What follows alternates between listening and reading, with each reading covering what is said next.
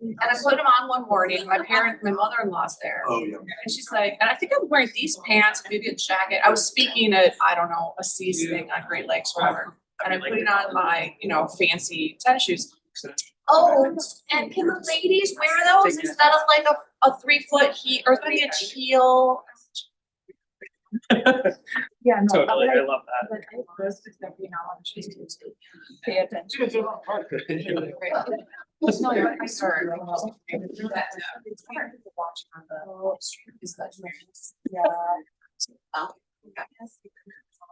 All right. Good morning, everybody. I know folks are going to be coming in as we get started, so please don't feel bad about that. Anyone in the hallway who can still hear me.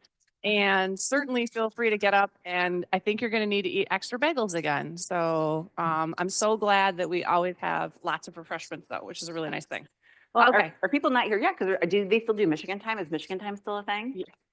Does anyone know when I say Michigan time what that means? I think they've been trying to get away from Michigan time. That's what I heard. Yes, Michael's nodding. Yeah. It got banned. They got banned. Michigan time got banned. That's normal time. Okay, we're back to normal time. Yeah. Back in, the Stone Age when I was a student, all the classes, if you had like a 10 o'clock, I actually started at 10:10, which always threw everyone off at first if they were new faculty or new students or whatever. It's like, why isn't anyone here? It's like, well, we're on Michigan time. So I didn't know if we're in Michigan time. Live streaming has really nixed that whole thing. I'm sure it has. Well, thank you so much for joining us. This is the last in our fall speaker series, talking about leadership and sustainability. I was polling a few people ahead of time to find out what you would like for the spring. So interested, or for winter semester, not sure if we want to go private sector, if we want to stay in the public sector, if we want to add in some NGO. So I'm interested in your opinions. Let me know what everybody thinks. But really appreciate your attendance. Appreciate everyone's participation. We've had a lot of rewatches on the live stream too. So I'm so excited, as everybody knows, because I have previewed Rachael for many weeks now. So everybody knew you were coming. We spent a while talking about you last time. Okay. Because we had a little time up front. So we talked a bit about taxes and treasury. So I'm really thrilled to introduce to everybody the state of Michigan treasurer, Rachael Eubanks. Just so you know, she is appointed by the governor, but it is a constitutional position. I knew you wouldn't miss an opportunity to hit that. Not miss an opportunity. Yeah. So this became really clear while we were waiting in line for state of the state, because they'd have all the cabinet members together and I'd be like, where's Rachael? Where's Rachael? Why isn't Rachael with us? And she came in with the AG and the LG. No, the Secretary of State. Secretary of State. And then the state superintendent and the Auditor General. With all the fancy people. So the constitutional offices. Right. So anyway, just so you know, there's a little bit of your public sector background for you. So Rachael, we're thrilled to have you. Thank you for coming. So we'd love to start off with, if you could just tell us a little bit about your career path. It's such an interesting one. And I think, as you mentioned earlier, you've been to C's before too, because of all the different journeys you've taken. Different journeys I've taken. So, starting very from the beginning. So I am a University of Michigan grad myself. For undergrad, I went to LS&A. I was an economics major. I graduated in 2003. And I really liked the idea of doing econ because it was a nice combination of, finance and math, but also really kind of serving communities and thinking about the public area altogether. So that ended up being a nice fit for me. When I graduated, 2003, it was actually, Michigan was still in a recession. There wasn't a lot of jobs. So I ended up going to St. Louis, Missouri, where I started my career in public finance. In the private sector. So I worked for a firm that no longer exists. They were sort of a byproduct of the financial crisis, but called AG Edwards. And then from there until 2016, I did public finance work. So what public finance is bonding, which is just a fancy name for an IOU, for public infrastructure projects. So think about, everything that you use on a day-to-day basis: roads, electricity, water, municipal electricity, schools, hospitals, all of those type of financing. A lot of the buildings that I see going up, down here on campus are a product of that municipal financing structure. So it was 13 years I spent, in 3 in St. Louis, Missouri, 10 in Lansing, where I really got to focus on, doing finance in the private sector and serving my client base, which was the public sector. So I was in the private sector, but my clients were always, sort of governmental entities, nonprofits, and that sort of thing. And that was a really interesting time when I was working in Lansing in public finance for 2006 to 2016 was a really challenging time for the state of Michigan. We had gone through a long period of financial, downturn. The economy was struggling, and the state's finances sort of followed suit. So anytime you run into a crisis like that, you get to do a lot of really big and interesting things. And during that period of time, I got to work on everything from the state unemployment benefit system had run up a $4 billion deficit to the federal government. We did a financing to take that out. We got to work on, kind of new ways to fund school buildings across the state of Michigan. And then, ultimately, the last step in the state's financial crisis was the bankruptcy of our biggest city, the bankruptcy of the city of Detroit. So during that period of time, like 2011, 2012, it was clear, that the city was heading down that path. And at the time, Governor Snyder recognized that, there was a lot of still needs. I mean, just because a community is going through bankruptcy, it's very different than a company bankruptcy. That community still has to provide basic services to their citizens, right? They can't just liquidate and sell everything like they can in the private sector. And so one of the major initiatives that the Senate administration took on was about half the streetlights in the city of Detroit did not work. And it had never occurred before to do sort of a new capital financing in the middle of a bankruptcy. So we had to figure out how to, get $180 million to build a brand new street lighting system in the city of Detroit. And it took several years. And we had to work through the bankruptcy court, but we ended up being successful. And not only relighting the streets, but also for the first time, any major city in the world had a brand new LED street lighting system. So it was like sort of a double benefit for the city. They were relighting the streets, and also they had tremendous amount of electricity savings because those old fashioned streetlights are very, very inefficient.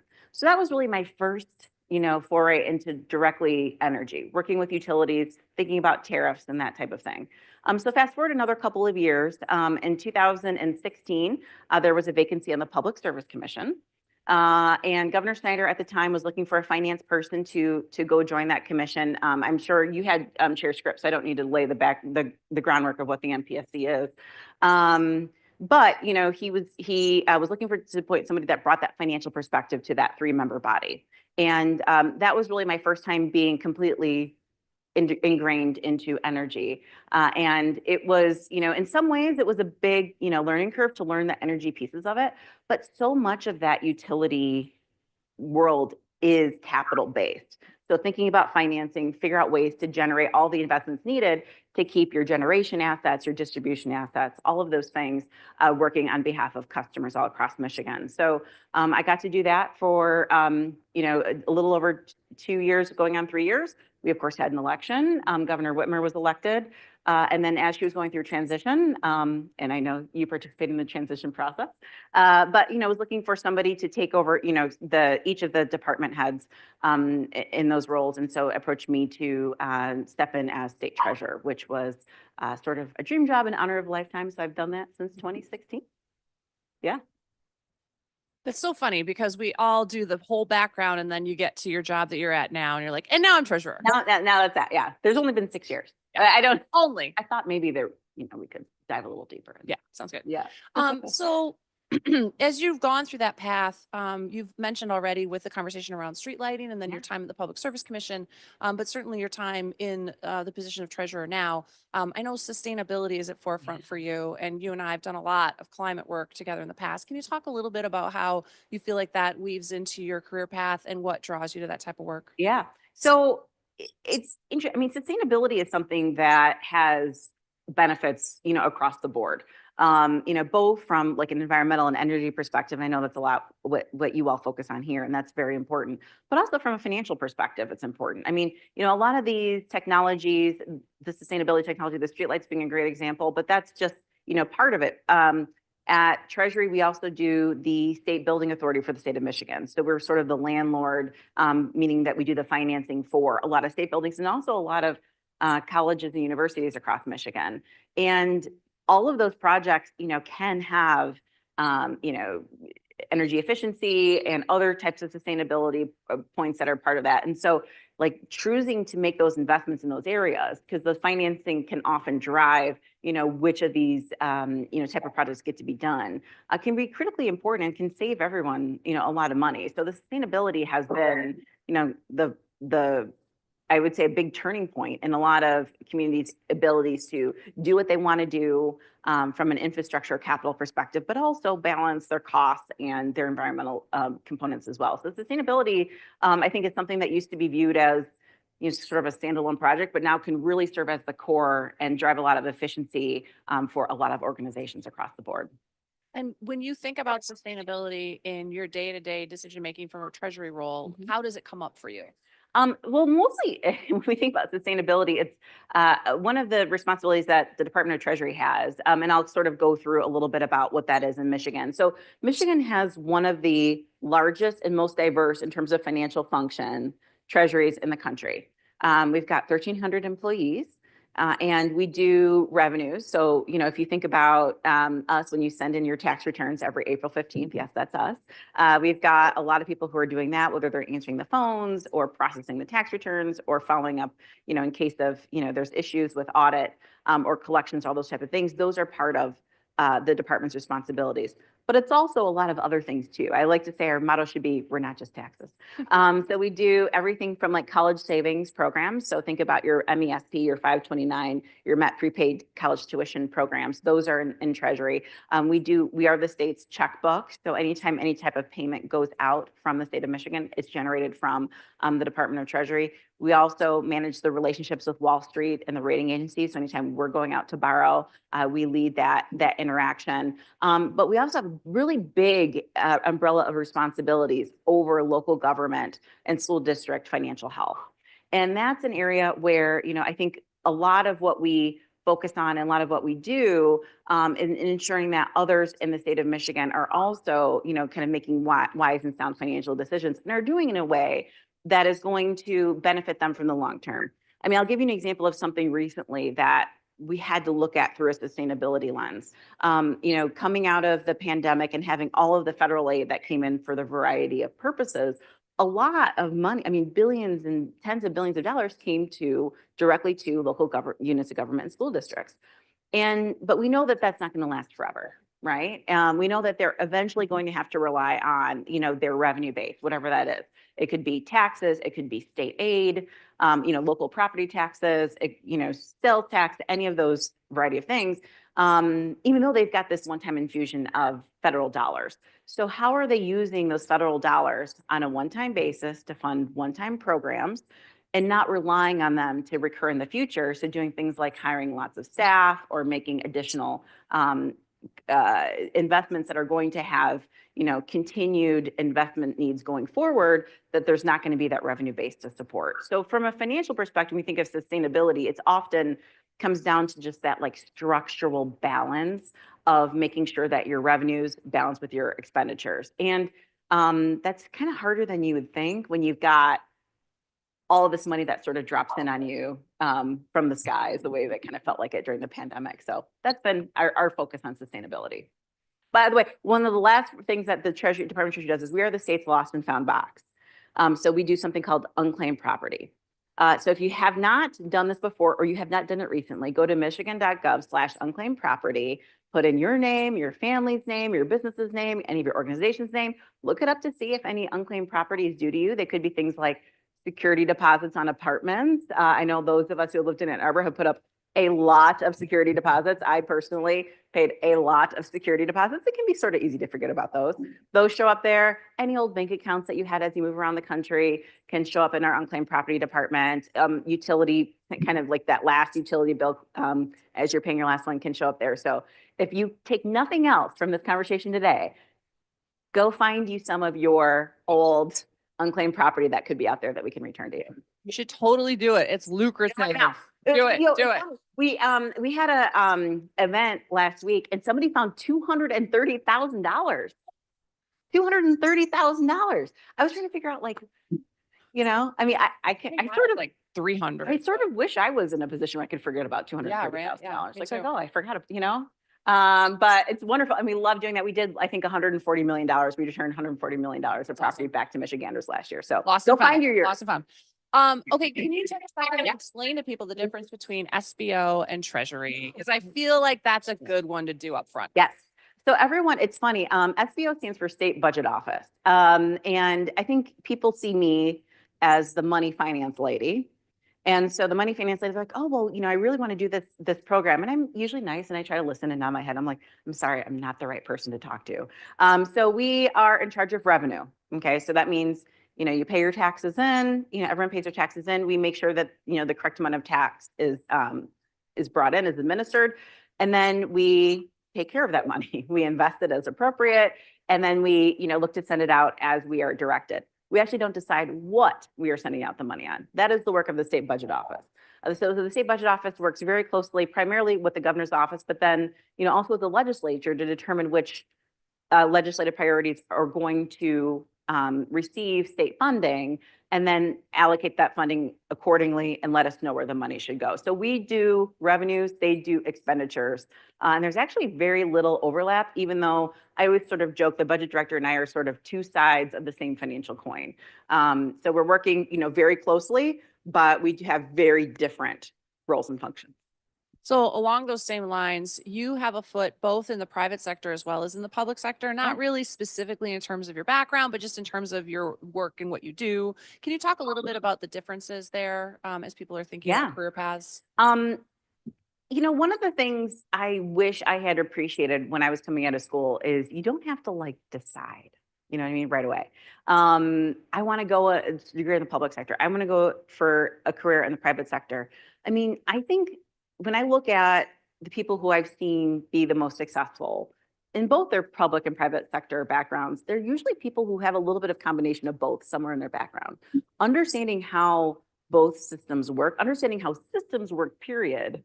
And I hope Chair Scripps talked a lot about that because that's really critical, is key to be able to move forward whatever objectives that you want to accomplish. So having the basic, let's say you have your aspirations, you want to do something very specialized and unique and niche, but you don't know how the systems around it work, you're not going to get very far. So oftentimes, having a chance to be exposed to government, to work directly in government, in my case, I worked in the private sector serving governments, gives you the chance to learn, what is the law? What are any regulations around that I need to know? How, what are the processes? Where do I need to show up if I want to see my objective moving forward? I think the Public Service Commission, proceedings there when I was a commissioner was often frustrated for stakeholders because they would come in, on the day that they knew an order was coming out for public comment, and they would come in that order. And the reality is that was a proceeding that had been going on for a year or 2 years plus with opportunities for them, but it's a very technical and detailed process to get engaged in it. So learning what that process is and where are your opportunities to intervene and participate are critically important if you want to move objective forward. So I really don't think it's an either or. I think it's both. I think both have to work very closely together, and understanding one will make you more effective in doing your job in the other. And of course, when we think about taxes, I think we can see a lot of the ways that the public sector and private sector interact. Yeah. And when I think about climate sustainability work in Treasury, I think about things like the energy transition impact. Yeah. I think about setting the taxation structures, taxation schedules for wind and solar. Can you talk a little bit more about those types of programs and about the things that those are the ones I think of, but I bet there's a lot more that you think about that connects to that type of work. Absolutely. So you touched on the Energy Transition Impact Project, and this was obviously born out of one of the governor's executive orders that she sent, setting up was it the climate plan? I think it was in the climate council plan. Okay. Yeah. And it did pull in a number of departments, and everyone always expects, okay, Eagle will be a part of this, and Public Service Commission, and then Treasury, and everyone's always scratch their head like, why on earth would Treasury be involved in this? Well, the reality is a lot of the generation assets and other major assets that utilities have had, that private industry has had, and communities have been the cornerstone of their tax bases for generations. So a large coal-fired power plant employs a lot of people, has a large local economic impact. So that's tangential in that those people are, eating lunch, they're shopping for their groceries, they're doing other economic activity in that area. And they're also, paying taxes into the system, which means that's how schools are funded. And so there's a lot of impacts there. So you take, and oftentimes, something like a coal plant will be one of the top 5 taxpayers in a community. So while this is very exciting work and moving forward and figuring out new ways to meet our electricity demand and do so in a more environmentally protective fashion, you also can't forget about the the legacy of these areas and facilities. A lot of times, like you talk to the workers there, they don't want these coal plants to go away. I know there's a big, Dr. Reams, I had spoken to one of his classes too. There's a big environmental justice component to that, which is complicated. Because yes, I mean, while there may be health impacts, environmental impacts, other things, it's also the way that these people put roofs over their families' heads and put food on the table for a long period of time. So we knew we can't leave those people behind as we're moving forward, and being thoughtful about, having some insights finally into the trajectory of utility investments. So in the 2016 energy package, for the first time, utilities had to put forward integrated resource planning in front of the Public Service Commission. So letting us know when those generation facilities were going to come offline or when they're going to be replaced. So knowing that, so you may know, okay, this plant is going to be decommissioned 10 years from now. But we've got 1,500 direct jobs over here that we know we're going to have to deal with. So why don't we start planning now and figure out ways that we can diversify that economy, find different types of jobs for these people, like really engage with that local community to, get them to embrace, kind of this radical change that's going to come their way in many cases. And so that was really the work of the Energy Transition Impact Project. We were right away out of the gate, we're presented with, the Palisades nuclear closure, which has been a really interesting story, watching that go on, as well as, a lot of the, kind of Southeast Michigan coal-fired power plants were part of that as well. So that's been really a critical part of that work. And that work is actually coming to a conclusion since we've kind of drafted a blueprint that we think communities should be using as they're going down this path. So that was, really a big part of that work. You mentioned some of the tax issues that come along with facilities. So, whether these are, wind turbines or solar panels or energy storage is actually the one that's new on the, coming in with this 2023 round of energy legislation mandate. Those assets in these communities pay property tax. So, if you've got a wind turbine and, in a township somewhere, they are, the utility has to pay a component of property tax on that. Making sure that that tax structure is in a way that, one, is still encouraging of the utilities to make those type of investments, but two, also fairly compensates the community that it's in for, the services that it's providing to its citizens in that area, has been a critical part of that. So we took on a multi-year stakeholder-driven process to determine, like, what was that fair tax rate? And we ended up with something called a PILT, so a payment in lieu of taxes. It doesn't fall under the tax code exactly, but allows local governments to work with the utilities to figure out what is that right number for them to have their investments. And we're looking to do the same thing. We did that, I think, successfully with solar. We're looking to do that, to mirror that same process for energy storage or batteries. And we may look backward and look at, okay, some of the lessons that we have learned from the wind deployment, did we get that right? A lot of those tax proceedings are still tied up in litigation, meaning there's still questions around that, and that can be a barrier to future investment.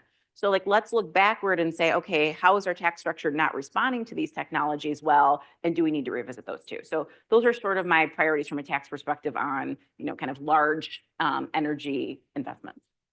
I love it. And I think it's such a good example of how important your role is for all of this type of deployment. If we can go back to Palisades for a second, we had a really interesting conversation with Kara about it, and she framed it in the context of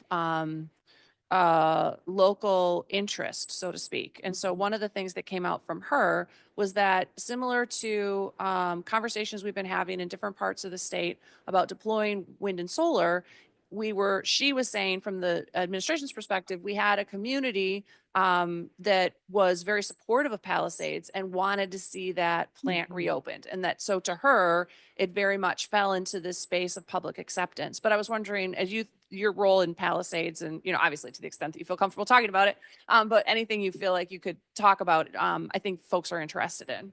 Specifically related to the restart of Yeah, okay. around the restart, yeah. Yeah. I think it's difficult to underestimate the impact that a nuclear power plant has economically in a community.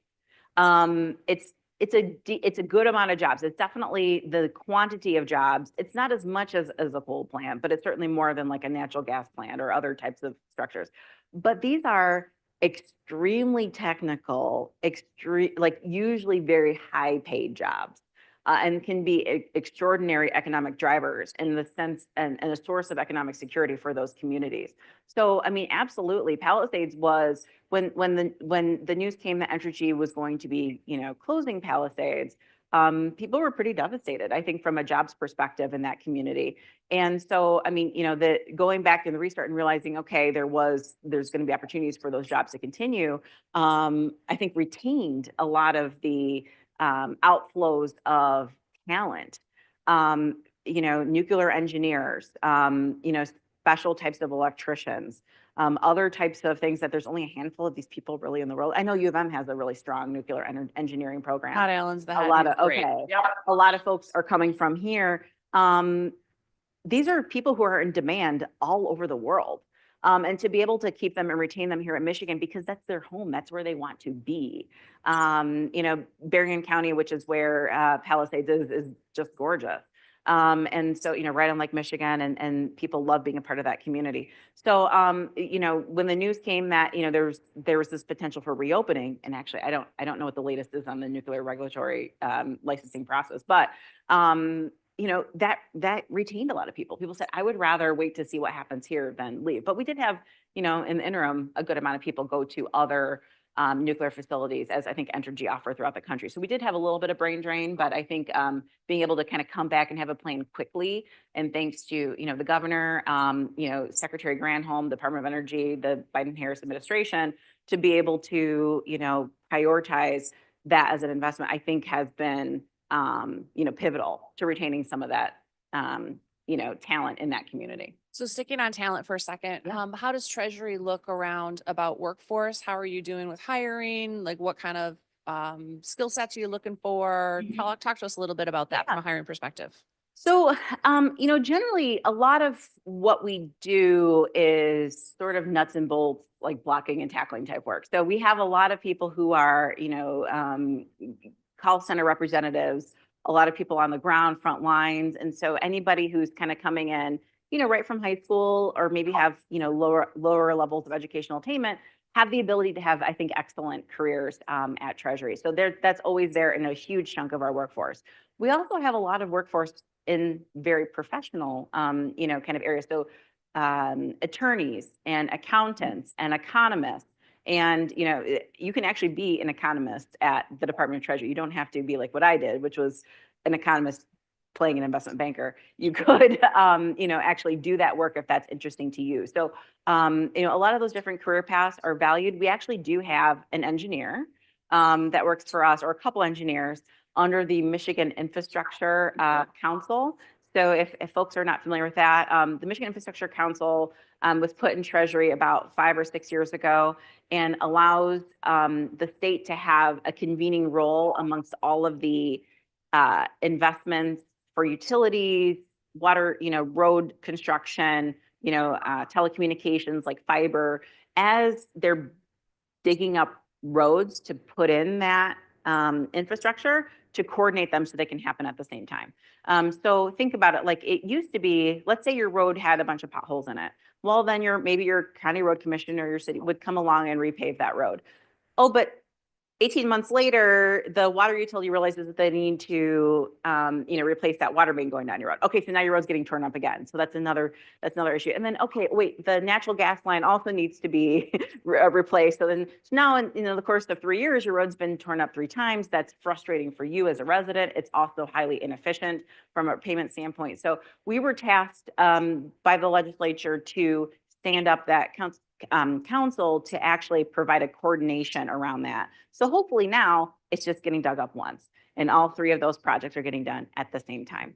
And that's been, I think a huge, it's called the portal that you can go into. I think it's been a huge success. People love going in there and seeing what projects are available. But yeah, there's a little bit of everything in Treasury when you think about that. Yeah, and that's such a good example too of climate related work, right? That's happening within the infrastructure world. So another thread that we've talked about with previous of your colleagues has been adaptation versus mitigation, because I think so what I have learned in just a short year that I've been here is that from a literature perspective, from a research perspective, people see adaptation and mitigation as 2 very separate kind of threads. Whereas I've been arguing, and I'm still developing this theory just over the course of the last few conversations, I really think from a state perspective, mitigation feels really solidly under the climate plan, IRPs, blah, blah, blah. But I feel like adaptation's happening all over the place, and it just isn't assembled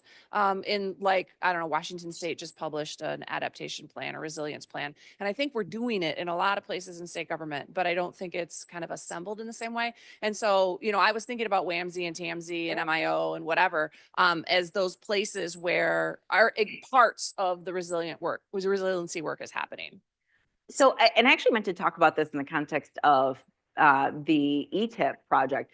You'll often find in government that there's a lot of silos. And, a lot of that is because I don't think it's not because you don't have people who are aware that there's other areas that are working on things, but you can only do in government what the law allows you to do. And often for your agency, that can be a pretty narrow perspective on an issue. And so I think, what I've really appreciated about this governor is her, really desire to connect a lot of these pieces and for us to think through, okay, how is this coming together from an all of government or a Team Michigan approach, instead of just approaching it, okay, I am Treasury, so I'm just viewing it from this perspective, this financial perspective, or, I am an environmental regulator, so I'm just looking at it that, or I'm a utility regulator, I'm just looking at that, just kind of bringing it all together. So I think what you're touching on, Liesl, is important because, for the first time, we are able to have a lot of these conversations and break through some of those silos and think about, okay, how can we be more proactive instead of being reactive to things, and think about the implications to everyone's day-to-day life from just a ton of different perspectives. I mean, road funding is one of them. I remember being at the Public Service Commission back in 2016 and realizing, okay, we are doing all this work to incentivize electric vehicle deployment, whether they are figuring out how to do sale for resale on charging stations, or, getting utilities to invest in level 2 chargers or level 3 chargers. And then thinking through, okay, but I know that that's going to have an impact on our road funding structure in Michigan because that's primarily gas tax function, but I can't really do anything about it. I mean, I know about it, but I can't really do anything about it. And so now having, these groups come together where then you can say, okay, so Public Service Commission, you're doing this, you're incentivizing EV deployment here. MDOT, okay, now you know that this is coming. How do we need to adjust our structures to adapt to that? So I think there's lots of examples across the board where we can do that and continue to do it to execute on some of these strategies in a holistic manner. I totally agree. And I think that, having those kind of sub-cabinet meetings where we were crossing across departments was really the genesis for some of the future things like Climate Action Council, where we were bringing out everything together. So along those veins, some of the exciting investment finance stuff that's happening is through Greenhouse Gas Reduction Fund, through EPA, and Corey has been working with Zach. So Corey was here, head of the Office of Climate and Energy, Zach Culloden, head of Michigan Infrastructure Office. Maybe someone we could have in the spring if we stay on the public sector side. They were working on the Michigan Investment Accelerator, Michigan Climate investment accelerator. Mhm. But I was curious to what extent you play a role in those at all, because I think the big question is, I think for those of us that look at the world through a climate lens, how do we capture as much IRA dollars as possible in order to invest in people and projects here in Michigan? And so I think what the state has done to build those structures are great. And now it's going to be figuring out how to deploy and connect to it as fast as possible. Yeah, I think for Treasury right now, minimal. But I mean, I think thinking about those things, I love having these conversations and figuring out, what are you working on and how can I think, about how we may be able to support this from a tax structure or other local government sustainability perspective or other kinds of things are important factors. So the more that we have these conversations and we share our information, I learn more. So that's a great area that we should be thinking about plugging into, I think. Yeah, like the direct pay stuff.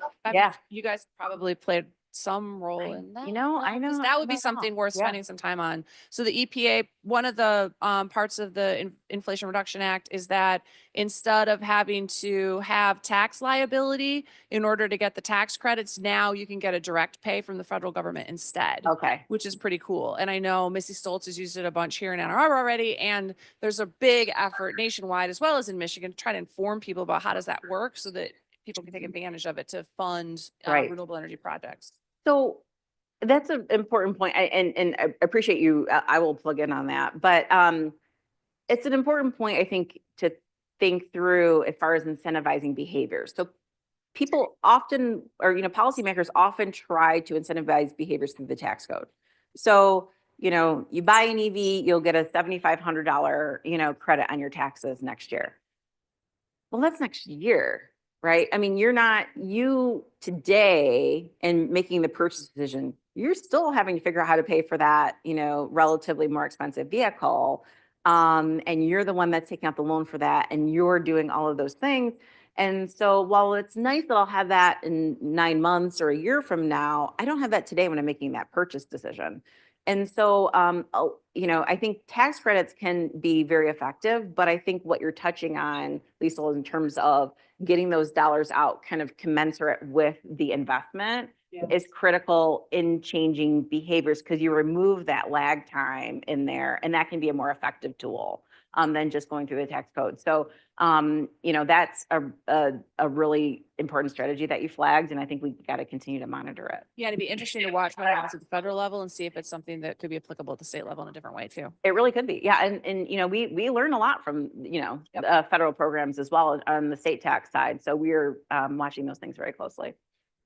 So just going back to you for a second, can you tell us what accomplishment you're most proud of? Oh, well, it's funny in going through my career trajectory, I talked about the streetlights a little bit. That's probably the biggest one.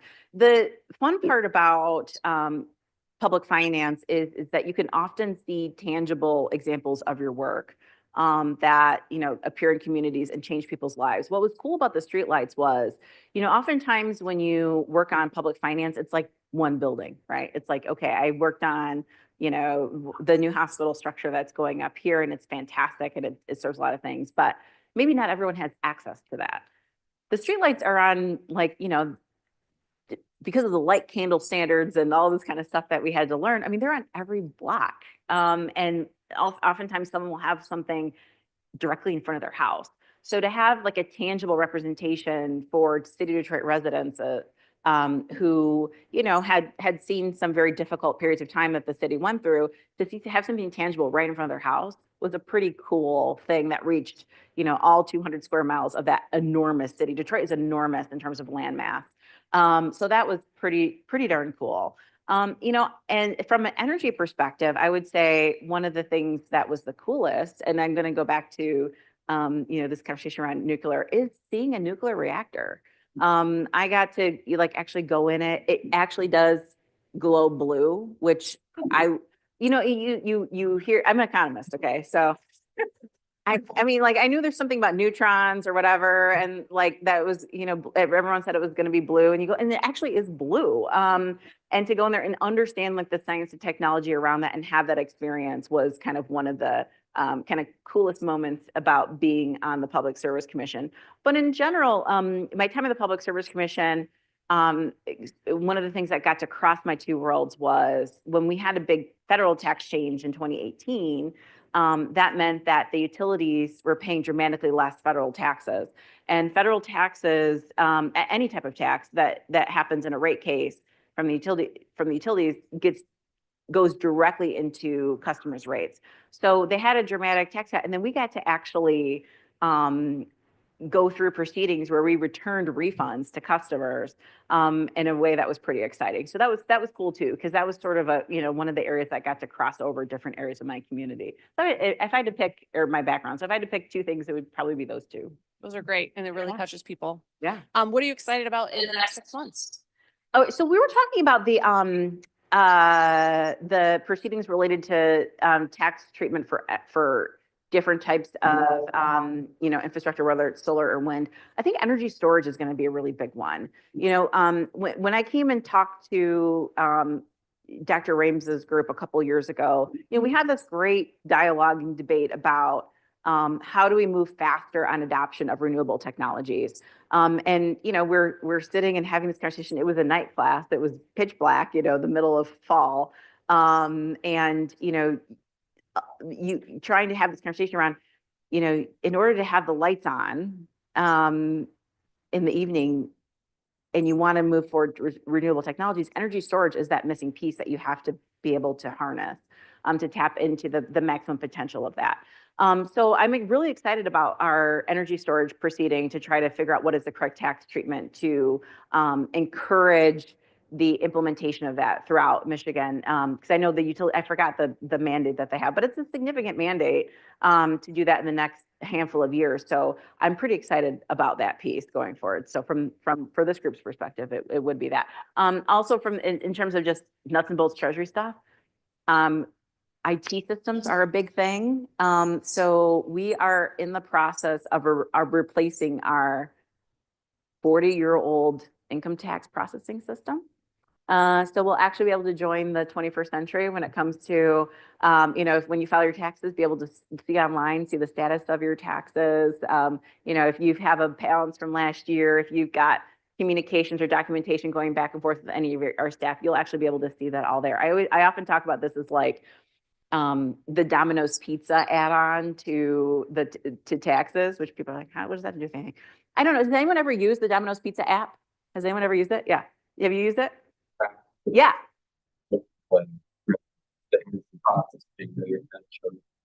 Yeah. So back in the 80s, Domino's Pizza had this ad campaign where like, get your pizza in 30 minutes or less, or it's free. And people used to order all kinds of pizza based on this guarantee, right? And Domino's tried everything to get these pizzas to people in 30 minutes. You had drivers getting in accidents, and it was sort of kind of a mess. And then I think Domino's probably did some market research. They stopped that, which was smart from a public safety perspective. But they looked and realized like, well, maybe people don't really need their pizza in 30 minutes. Maybe they just want to know where their pizza is. Like if I knew my pizza is going to take an hour and a half, but I know that like, oh, it just hasn't gone in the oven yet. It's not like sitting in someone's car somewhere getting cold, right? Or I know that it's coming on my way to me. Maybe I'm going to be more patient about that, and I'm going to be more likely to order Domino's, not to just mention the tech. So like being able to provide visibility into what feels like a very black box process can help reduce frustrations for taxpayers in a way that, I think is a barrier currently. I mean, the majority of the phone calls we have coming into our call centers are about where's my refund?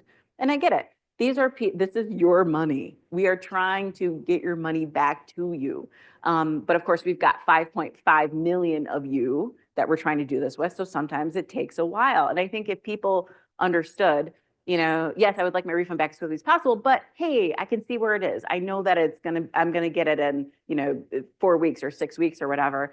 I'm more likely to have understanding and patience with that process. So right now we're in the middle of a technology upgrade where I'm hoping to be able to provide that for all of you. So make sure to go check on your taxes next year. That'll be an awesome upgrade. When I started at Eagle in 2018, there were 40 different computer systems that didn't talk to each other, and we still received faxes. Yeah. Faxes Oh, yeah. of people's water plants, of the water system updates from on a monthly basis. Sometimes we have stuff on microfeed. Crazy. We have stuff on microfeed. Crazy. We have a lot of work to do. And part of that is public sector because we have yearly budgeting. And so it's really, you have to go reconvince the legislature that you really need the money for this project. They think it's a lot of money. They think IT is squishy and they think you're inflating, and they don't understand that you really do actually have to invest money in IT over a long period of time in order to make a difference. So it's frustrating. And it's one of those things where, oftentimes these systems, and there's some notable failures at state systems that I won't touch on here, but most of the time systems are working okay, right? I mean, like the system that we have for taxes works pretty darn well most of the time. But it is, there's also legacy risk to it too, because I'm not, again, going back to, I'm an economist. I'm not a computer programmer, but it's based on like a COBOL system where we actually don't have computer programmers who are trained in that anymore. So there's like one person in the state of Michigan who knows how to maintain that system. So if that system goes down, you know what I mean? So there's risk to it. And so it's one, for me, it's customer service, the Domino's pizza effect for your taxes. But also it's, I need to make sure that it's a system that's going to continue to work well into the future. And certainly if you don't have people that can't work on it, that's not sustainable. Yep, so true. Yeah. Okay, lightning round, and then I hope you all have come up with lots of good questions. Okay, favorite place. So, it's funny coming back to Ann Arbor today. I was driving in and, I had to take the turn off the highway onto Depot Street and there was a backup there. And that normally would make me really annoyed with that. But I was like, oh, I'm in Ann Arbor again. So I'm going to say for today, I'm going to say Ann Arbor. I figured you're going to say my the favorite place. Airstream. Well, yes. So I have a camper. I take it, a lot of places in the summer. That is my favorite place. It often moves around though. So it's hard to say okay. one place. Okay. Yeah. First job. This is an interesting relic. You mean first job? First job. Not just college graduate job. Okay. So my first job I got when I was 15 was at a 1 hour photo. Does anybody know what a 1 hour photo is? Yeah, we do with this. So you used to have, like before you had digital cameras, you used to take pictures on film and like you didn't know what your picture was that you took it of. And so you had to take it to a place to develop it for you. And so I worked at one of these places that like took people's film and processed it into like the actual 4x6 glossy prints that people took home with them. And it was such a great job. I did it for all through college. So when I was 15 all the way through 21, because, and I did it right here on State Street. There used to be a store called Ritz Camera here. Because like you got to be a part of like people's memories in a weird way. I don't think people realize that we saw other people saw your pictures. And so you'd see like on one roll of film, it might be 24 or 36 prints. You'd see someone's birthday and then Christmas. And then, so you get to see all this stuff with them, their family vacation. So that was pretty cool. Be able to be part of people's memories. I think I still have like an undeveloped roll of film somewhere, like in a drawer somewhere. Because you don't think about it anymore. Okay. Recent book or podcast that you want to share? So this sounds like, I don't know that I'm sucking up or something, but the most recent audiobook I listened to was True Gretch, which was the governor's sort of like lessons learned from the first years of her administration, including notably the pandemic. And hearing, it's funny, like in those years, we would interact with her, fairly regularly, but you're a leader, right? You've got to get yourself and your team and 10 million Michiganders through this incredible crisis. And so you're always sort of leading with that, but it impacted her, really directly. And so getting the chance to hear and, okay, so this is what she was doing, but here's actually how she felt about that kind of stuff was a really interesting insight for me, even though I was talking to her multiple times a week during that period of time. So that was a really good one. What never fails to make you laugh? Right now I have a 1-year-old, and she never stops impressing me with how smart and funny she is. And having, a kid always sort of brings you back to the simple things, what's really funny. My husband will, make splat noises with dinner, take mashed potatoes and splat it down and she'll think it's the funniest thing ever. So I love hearing my 1-year-old laugh. That's probably the best part. All right. Questions. What do you guys cooked up? Go ahead. I was thinking about just before you started sharing about your story with yeah. How nice it would be to have a Facebook to invest in something that, especially campaign ideas, have a lot of one-time costs that are probably aren't justified by this figure, that can give you long-term savings. And I think you kind of answered some of that question, but earlier this year, our city, like 6 or so cities or something like that, that they featured Hamtramck on them. And they had a street light that they talked about there that was solar powered. But they talked about how the economy there, devastation, they pulled out all the street lights. But it's interesting how they had that too. Their revitalization efforts. Yeah. I've talked to folks here, facilities that probably fluorescent bulbs to Yeah. So, Yeah. Can the online audience hear the question, or do we need to repeat it? We can repeat it just briefly. Yeah. Okay. So the question is about, I mean, using streetlights as an example, like how can you pay for sort of upfront infrastructure investments that are going to have long payback periods of time? The question about, example about Hamtramck, I think was an interesting one. I think I do remember that from those days. So first of all, a lot of these technologies are really new. I don't know. I mean, the first LED streetlights, like, have they even burned out yet? Well, when we were doing the sort of the cost benefit analysis or the return on investment from those, we didn't know the lifespan of an LED light at the time because the technology was so new, and like the first ones hadn't yet burned out. So we didn't know how long they would last. So I think the longer that these technologies are in place, and to the extent where there are places that haven't upgraded their lighting, bulbs or other fixtures, I think like we will have more data around those efficiencies that you pick up so that we can build them in on the front end. I think a lot of the issues with building those into the financing the first time is the investors didn't know, like, how are these actually going to perform? And if they don't perform because they're new technologies, like, who's on the hook for those? Is that the city of Hamtramck in your example? Is it the actual manufacturer who built them? Like, who's going to replace those lights so that those efficiencies continue to be gained? And I think the more time that goes by, and again, the lighting is such a beautiful one because it's such a slam dunk. But people are, kind of doing that. I wonder how many like lighting projects there are left to do. But as we think forward through other technologies, I think it's a similar type of barrier. Like heat pumps, for example, would be another one. Which is, I'm sure heat pumps have a tremendous return on investment. But do we know what that is yet? Or is there confidence in that the technology is going to continue to deliver on that, not just like at installation, but over the next 10, 20, 30 years? It's just so new. Right.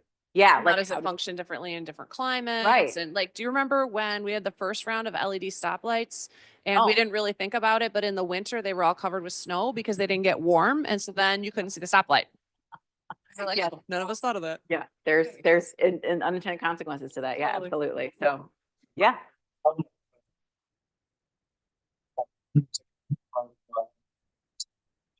you were talking about some homes in some places. Yeah. I remember Texas coming east, and I just remember in my little Montana where I did flag staff. But one fact, and that's when we arrived there, the first things I would see was oil derricks. The first thing that I saw was wind turbines. And they talk about it in Texas, big energy. I know they've had some problems, winter storm or whatever. But that part where it's families and, this is about families give energy, talking about interpretation that people are affordable, especially when you're fresh. Yeah. Feel those fields. Yeah. Right. I think we often get hung up in policy debates on like terminology. And I think the more that we can avoid, the ideological battles and just focus on those, those underpinnings that you're talking about. I mean, whether it's an oil rig or, wind turbine, that's still supporting that family and that's still really important to that community. And so like kind of getting to that point versus the other ideological battles, I think you're absolutely right. I think that's a really good way to connect with people that maybe we haven't been able to do before. It's part of a very large question, so feel free to interpret as you wish. But the payment in lieu of taxes for the siting is really interesting. I'm wondering if you could talk about what that process looked like for you and like what your office's involvement was, as well as like the other stakeholders. Yeah. It's a really good question. So local taxation in Michigan generally falls to the local units of government, but to the extent that there's disputes or, sort of state law that comes into effect, there's another body called the State Tax Commission. And that's like a 3-member panel that focuses on these items. This tax commission actually lives in Treasury. So like we staff it, but it's a type 1 agency, meaning it's autonomous. So they sort of do their own thing, but I have a little bit more insight to it just because it's my staff that's working on it. They, had come out with some valuations of taxation, and it was just enormously unpopular with a variety of stakeholders for a lot of different reasons. And so hearing that thing, we realized, like, when I heard it, I realized, okay, we've got to go back to the drawing board. I don't think we heard enough voices.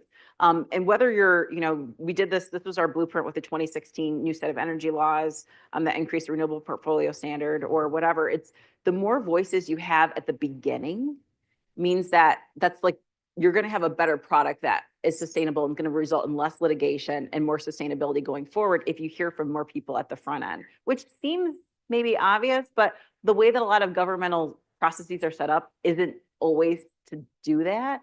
So we backed way up and we got everyone together in a room right away. We said, okay, we want the utilities, we want the local governments, we want the environmental advocates, we want everybody in the room who has a stake in this process to start from the beginning and see what everyone wants. And it takes time. That's another thing that I think can be frustrating, is when you get that many people in the room to sort of work through what are the commonalities that you can build something on.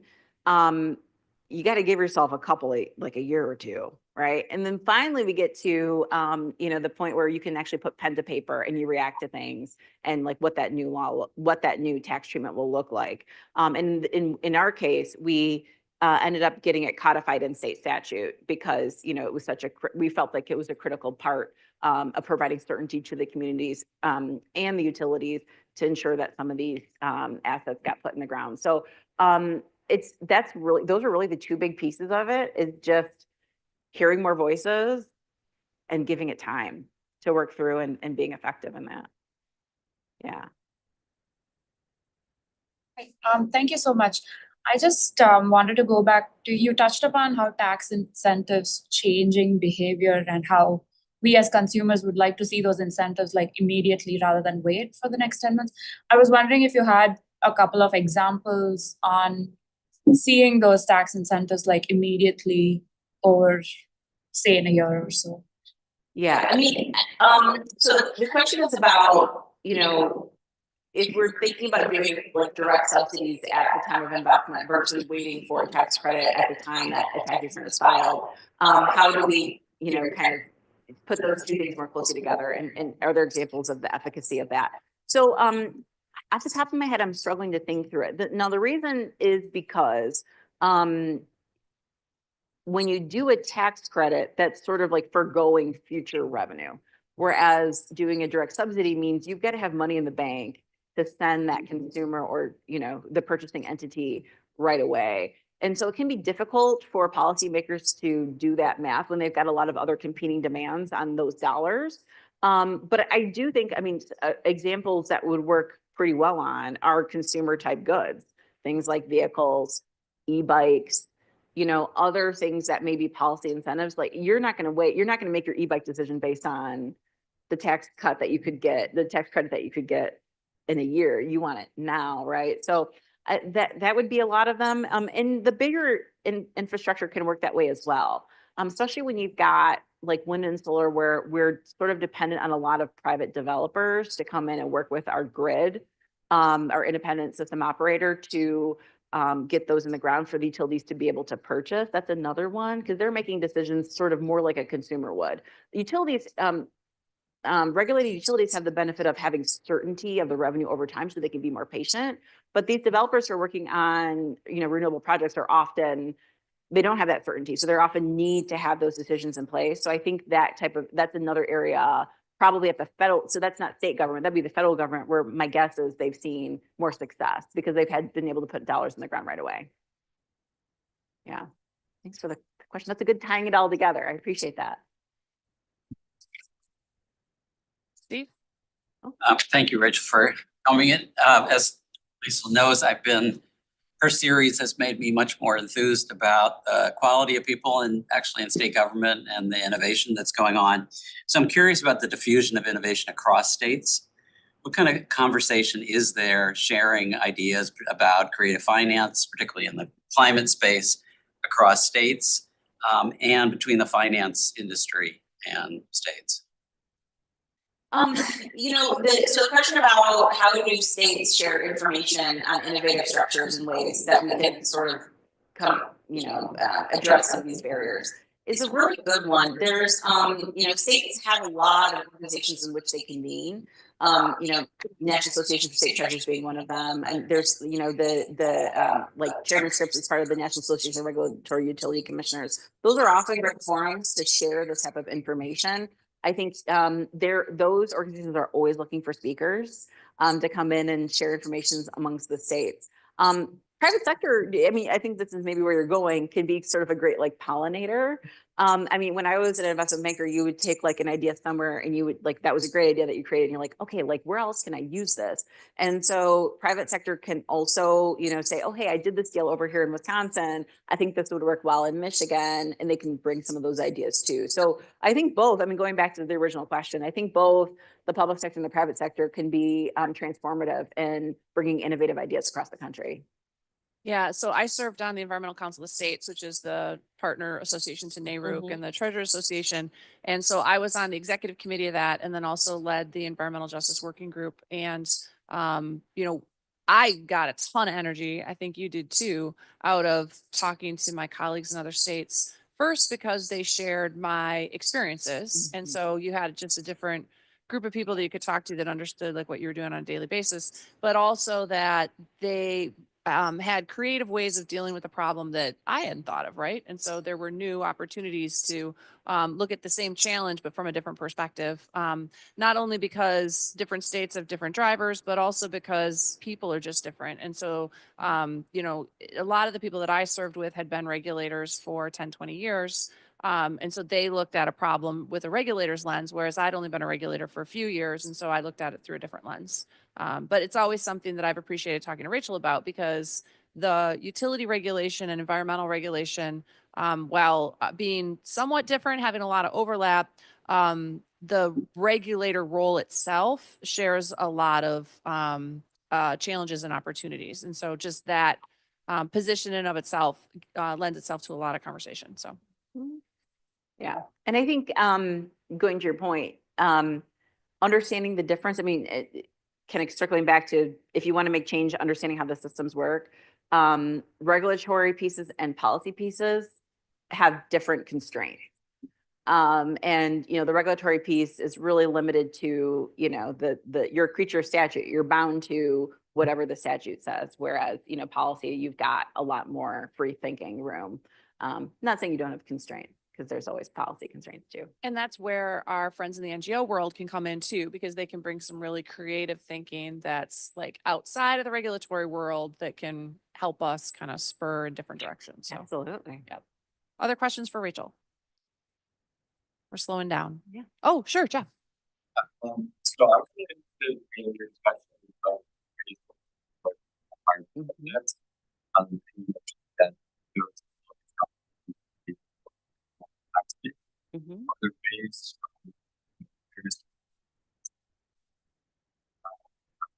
those places can be done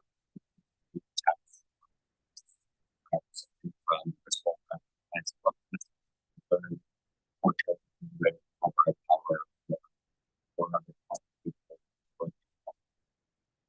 So the question is about, when you think of, like the E-tip example of trying to diversify the economies of communities with decommissioning major assets like a coal-fired power plant, what has worked?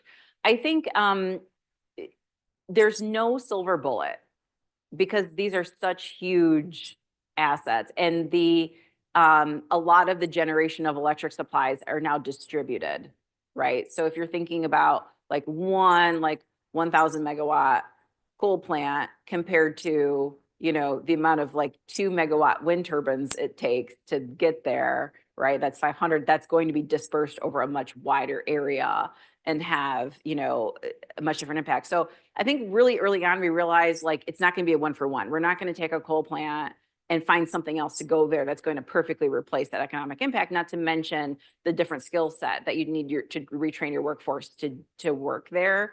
And so it's really just like rolling up your sleeves and doing blocking and tackling and figuring out ways that those, oftentimes it's actually not that same site, so it's not like the decommissioned site.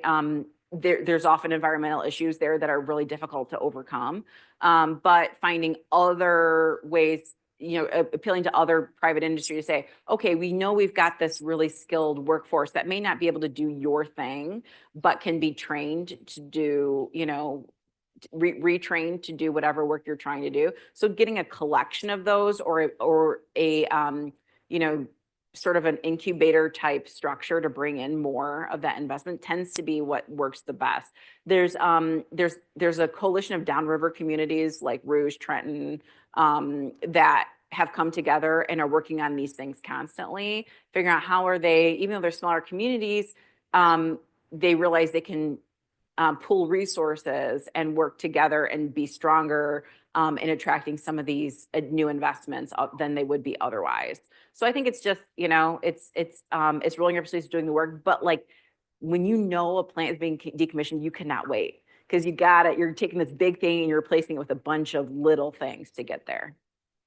Yeah, we'll see what happens with the DTE facility where they imploded the coal plant and they're putting up the energy storage. So that's going to be a really interesting transition. Yeah. I mean, and it's a really good point, Liesl.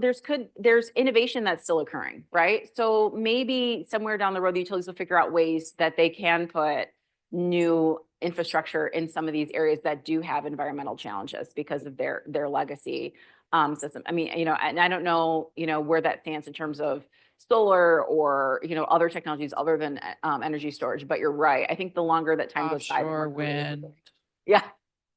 Yeah, because we have distribution and transmission. I mean, the beauty of, we have a lot of environmental challenges with those sites, but we also have a lot of systems already integrated there. And so it's like, how do you take advantage of that? Not let it go. That's another good point. It's really hard to lay down new transmission. I don't have to tell this from this, right? Like, so we're the ideal place that you would, like, if you look at, for example, a wind map of Michigan, it is obvious where you should put your wind turbines. But if you want to get there, you've got to deal with the siting challenges, and you've also got to deal with, putting transmission to get the electrons from where they're being generated to where the load is. And if there's not existing transmission lines, it can be very challenging to site those in addition to, the siting of the turbines themselves, right? So you've got like a double problem there. So Liesl makes an excellent point that like trying to take advantage of the infrastructure that's already there is a tremendous strategy. Yeah. So, but we got to work through some of those barriers that are there now. Yeah. Lots to do. All right. Other questions? Okay. We've exhausted it. Thank you, everybody in the room. Please take some bagels. Thank you, everybody online. And let's all join together and thank Rachael for being here.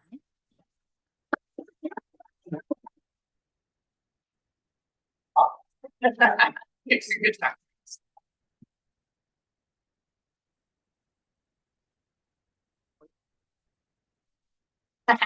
That's like seen it. Yeah.